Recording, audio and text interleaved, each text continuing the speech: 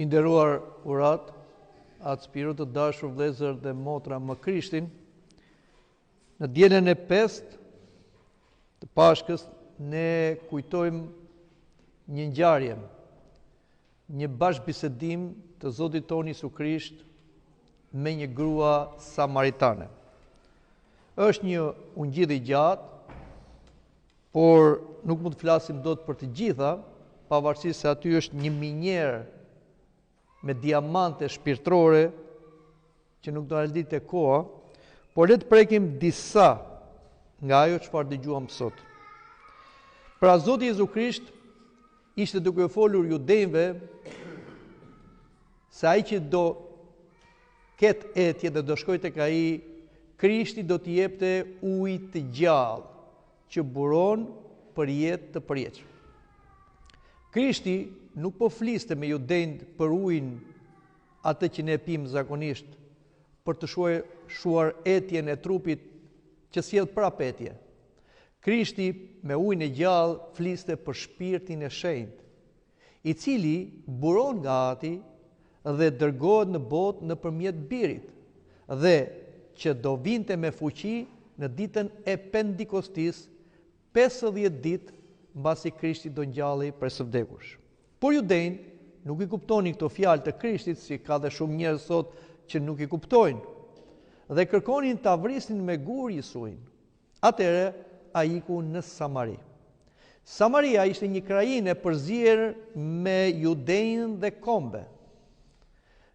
Dhe ishte vendi ku qëndronin njerëz heretik, të cilët kishin krijuar një tempull të tyre, një fe të tyre, dhe judejnët i urenin samaritanët, madje uronin që në jetën e tyre kur mos të takonin një samaritan.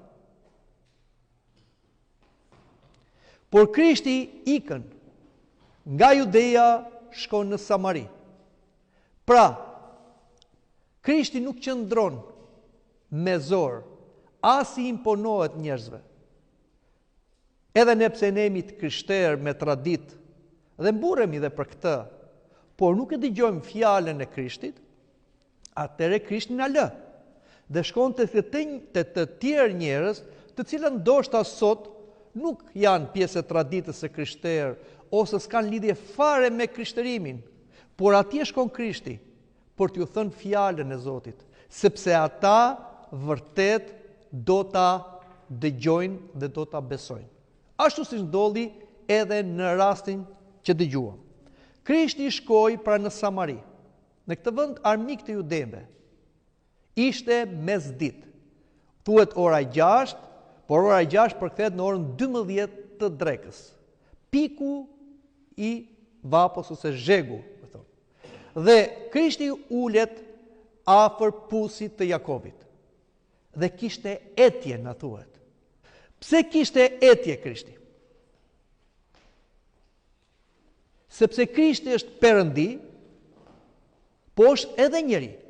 Është një mister i madh si në personin e Zotit Jezu Krisht janë dy natyra, hyjnore dhe njerëzore. Dhe si njeri ai kishte etje. Dhe në ato orë, për pranë 12 të drekës, aty vjen një grua. Nuk ishte ora e përshtatshme për të marrur ujë nga pusi, sepse uji nga pusi merren në orë që ishte më freskët. Por kjo grua jo më kot vinte në atë orë, sepse ajo deshte t'i shmange shikimit të njerëzve. Dhe kjo na tregohet për më poshtë. Atëherë Krishti gjen momentin dhe i thot kësaj grua samaritane, e cila kishte ardhur për të mbushur ujë për veten e vet, më jep pak ujë. Atëherë kjo grua samaritane i thot, po si ti që je jude kërkon ujë nga një grua samaritane? Thamë pra që judejt ishin armiq me samaritanët dhe nuk flisnin. Por Krishti i thot, po ta dish ti se kush është ai që po të kërkon ujë, ti do t'i kërkoje ujë të gjallë, që kush pim prej atij nuk do ketë etje kurrë. Shikoni se Krishti kërkon ujë, një gruaje, ai që është biri i Perëndis, ai që e nxori botën nga ujërat. Ai kërkon ujë. Pse? Krishti kërkon dialog me ne. Egoistët, mendjemllënt, fodullët, që na duket vetja se i kemi të gjitha. Dhe kur mendojmë se i kemi të gjitha, ne nuk kemi komunikim. Por Krishti që është Zoti i të gjithave, përulet dhe kërkon diçka nga ne, që të filloj dialog. Dialogu fillon kur njerëzit hapen me njëri tjetrin, kur japin dhe marrin nga njëri tjetri. Kur Krishti përulet dhe kërkon, kush jemi ne që e mbajmë veten dikushi dhe nuk përulemi dhe nuk i kërkojmë diçka tjetrit? Aq më tepër dhe kur kemi nevojë. Shikoni se sa e tmerrshme, sa e çmendur është egoizmi, të cilin e ndan njeriu nga tjetri edhe kur ai ka nevojë. Por hunda, egoizmi i tij nuk e lejon të përulet dhe të kërkojë ndihmë dhe mbytet në fatkeqësinë e vet. Pra, Zoti thot, jepmë në diçka nga ajo çfarë ju keni. Çfarë kërkon Zoti? Kërkon një gjë të mirë që ti mund t'ja bësh tjetrit. Si thot, isha jetur më dhe të pi. Çdo gjë që ja bëjmë tjetrit ja kemi bërë Zotit. Dhe në këtë mënyrë Zoti ndjehet, mund ta themi në thonjza, i detyruar që të na i kthej. Prandaj, bëje të mirën, hidhe në det, tek ty do të vi. Dhe kjo grua, kur dëgjoi që Krishti do t'i jepte ujë të gjallë, tha, më jep nga ujë, sepse pse duhet vi këtu gjithmonë e të pi nga ky ujë dhe ta marr e të kemetje ta marr në mes të vapës? Atëherë i thot një fjalë, shko thirr burrin tënd. Kjo i thot, nuk kam burr. Krishti i tha, vërtet the nuk kam burr, sepse tani ke pasur 5 burra dhe ky që është tani nuk është burri jot. Çfarë ndodh? Krishti kërkon t'i thot se gruas, uji gjallë që do t'i jap unë, që ajo se kuptonte, por që ne thamë fillim që është hiri i shpirtit të shenjtë, që buron nga Ati dërgohet në botë nëpërmjet birit, vjen kur njeriu pranon mëkatësinë e vet dhe pastrohet nga mëkati i tij. Zoti nuk mund ta japë ujin e gjallë në një enë të pisët, të ndyrë me mëkat. Dhe që njeriu të shlirohet nga mëkati duhet ta pranojë mëkatin, të pendohet për mëkatin, ta nxjerrë jashtë mëkatin, pra ta rrëfej mëkatin. Prandaj thot, si dhe burrin tënd. Dëgjoni, në familje njeriu krijon gjërat më të lumtura dhe gjërat më tragjike. Aty pra neve në familje formohemi, o bëhemi njerëz dhe bëhemi të krishterë, o bëhemi bisha me fytyrë njeriu. Në familje. Prandaj ne duhet t'japim shumë rëndësi familjes, prindrit në edukimin e fëmijëve të tyre, dhe fëmijët në marrëdhënie me prindrit dhe me njëri tjetrin. Por fatkeqësisht, ne familjen e neglizhojmë. Prindrit janë indiferent, kodosha të fëmijëve të tyre. Dhe nuk japim rëndësi. Por kur dalim jashtë kemi një hipokrizi. Por qofse kemi dështuar në familje, ne kemi dështuar edhe në shoqëri. Dhe jemi thjesht disa hipokrit që nuk do kaloj shumë dhe maska do të iki. Dhe do dalim ata çfarë jemi të krijuar në familjen tonë. Edhe diçka tjetër që është shumë e rëndësishme. Ke pasur 5 burra dhe ky tani që ke nuk është burri yt. Tek dhjata e vjetër, fejesa ishte e bekuar nga Perëndia dhe nga pleqësia dhe ishte e bashkëdhënë me martesën. Vetëm nëse dikush fejoheshe, pranoi nga komuniteti fetar dhe shoqëror, ai mund të bashkëjetonte. Çdo bashkëjetesë jashtë fejese dhe martese në dhjatën e vjetër quhej kurvëri dhe vritesh me gur. Krishti është kundër bashkëjetesës, që fatkeqësisht sot është bërë ligj. E kemi ligj në kodin civil, në kodin e martesës. Krahas martesa është dhe bashkëjetesa. Dhe njerëzit mendojnë se duke bashkëjetuar pa bërë martesën, janë në rregull. Por tani le të vim këtu brenda në shtëpinë tonë, tek krishterët. Ka të krishterë që bashkëjetojnë, ose për ligjin bashkëjetesën e tyre dhe thonë, unë jam shumë normal. Unë thjesht e dua atë ose atë. Dhe unë bashkëjetoj. Madje kanë dhe uratat e prindërve, bekimet e prindërve, kujdesin e prindërve, për krajin e prindërve. Jo të dashur krishterë, bashkëjetesa nuk është martesë, është kurvëri, është mëkat i vdekshëm. Zoti nuk e lejon, Zoti e dënon, Zoti e mallkon. Përjashtohesh nga kisha, nuk e të drejtë kungohesh dhe rrezikon shpirtin në përjetësi. E keni dëgjuar çfarë thotë në Shkrimin e Shenjtë? Kurvat dhe kurvarët nuk kanë vend në mbretërinë e Zotit. Ai që bashkëton pa kuror nuk është i krishter. Aq më tepër kur je i pagëzuar dhe shkon dhe bashkëton me një person, si e bën këtë ti? Ti nuk je më vetja jote, ti je i Krishtit. Çfarë thot apostol Pavli? Si të marr gjymtyrët e Krishtit i bëj gjymtyrë kurvërie? Larg qoftë. A nuk e dini ju se jeni tempulli i Zotit? Edhe Zoti rrit tek juve?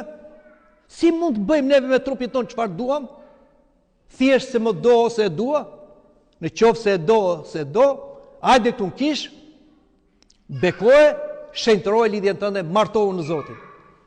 Ashtu siç janë kanonet kishtare, ashtu siç ka thënë edhe Zoti. Pra keni kujdes. Edhe diçka tjetër. Zoti kërkon kësaj gruas rrëfe mëkatin. Ti bashkëton, ti kurvëron. Ne kur bim të në kish, duhet jemi të vërtet paktën me Zotin dhe me atin rrëfyes. Me njëri tjetrin si jemi detyruar t'i themi të gjitha gjërat, por tek Zoti dhe tek ati rrëfyes duhet t'i themi. Për çfarë bjen thot? Çfarë më tregon mua? Tregon mëkatin tënd. Ku e ke të keqen tënde? Nëse do të shërohesh. Mos më thuaj mua jam mëkatar. Çfarë mëkatar je? Je hajdut, je imoral, je vrasës, je kurvar, je thyen kurorën, gënjen, vjedh, mashtron, çfarë je? Thuaje çfarë je? Dhe atëre po, me rrëfimin tënd unë do të fal. Dhe ka shumë për të thënë te kjo pjesë e ungjillit, por le ta mbarojmë me ato fjalë që kjo grua i thot. Mos jeti Krishti? Po i thot. Unë jam ai që po flas me ty. Judejt, edhe pse lexoni librat, profetët, luteshin në tempull, edhe pse Krishti bëri aq mrekulli, ata nuk e njohitën, se nuk donin ta njohin nga egoizmi. Madje e kryqëzuan Krishtin.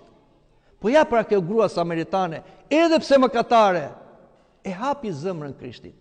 Edhe e pranoi Krishtin dhe Krishti ja zbuloi asaj kush ishte ai. Të dashur të krishterë, dy herë Krishti ka zbuluar veten drejt për drejt. Te i verbri, që kishte lindur i verbër, që i dha sy, dhe te kjo grua samaritane. Pra ata njerëz të cilët nuk kanë mundësi ta njohin Krishtin, por dhe që përulen dhe tregojnë mëkatet e tyre, Krishti u zbulohet atyre. Dhe ne na vjen keq pasaj, kur shikojmë turkish njerëz të cilët nuk janë të krishterë, por bën krishterë, janë të zellshëm, marrin përgjegjësi dhe drejtimin dhe mësimin nga e kishës tek populli i Perëndis dhe themi po këta zhduan këtu. Jo, ata e besuan Krishtin. Ata e pranuan Krishtin. Ata jetojnë si të krishterë, jo thjesht ai që ka emër i krishterë ose një tradit krishterë, ku bën gjëra kundra Krishtit, kundra kishës, edhe thot jam i krishterë. Çfarë i krishterë je ti? Në qoftë se ju dëgjoni fjalën time dhe e zbatoni, atë jeni nxënësit e mi, thot Krishti. Dhe kjo grua shkoi dhe përhapi njerëzve duke thënë Mesia ka ardhur. Neve kemi detyrë që këtë që dëgjojmë kish t'ia themi të tjerëve. Dhe mos thoni gjëra shumë vëlla. Çfarë tha kjo grua? Më tha të gjitha gjërat që kam bërë. Shkoni thjesht ato çfarë ka bërë Zoti me juve. Dhe të tjerë do vinë te kisha, e do besojnë nëpërmjet kishës. Dhe kjo grua, që ishte një grua imorale, nuk qëndroi e tillë, u bë një apostulle e Krishtit. Quhet Shën Fotinia, e cila bashkë me dy djemtë e saj dhe me 5 motrat e saj shkoi në gjithë botën deri në Rom për të predikuar Krishtin në kohën më të vështirë, në kohën e Neronit. E arrestuan, duroi për vite, për 3 vjet në burgje, u torturua dhe vdiq mbasi e ropën së gjallë, edhe hodhën në një pus. Aty në pus i shfaqet Krishti. E bekon, e shëron dhe mbas disa ditësh largohet shpirti i saj te Zoti. Takimi i Krishtit filloi në një pus, mbaroi në një pus. Dhe kjo është Shën Fotinia. Kështu pra të dashur të krishterë, edhe neve. Takimin e Krishtit e fillojmë në Kolinvithër, aty ku pagëzohemi në emër të Atit, Birit dhe Shpirtit Shenjtë dhe fundin e Krishtit në këtë jetë e përfundojmë këtu në Kish, që të shkojmë në përjetësi, që të marrim ujin e gjallë që buron për jetë të përjetshme që është Shpirti i Shenjtë. Amin.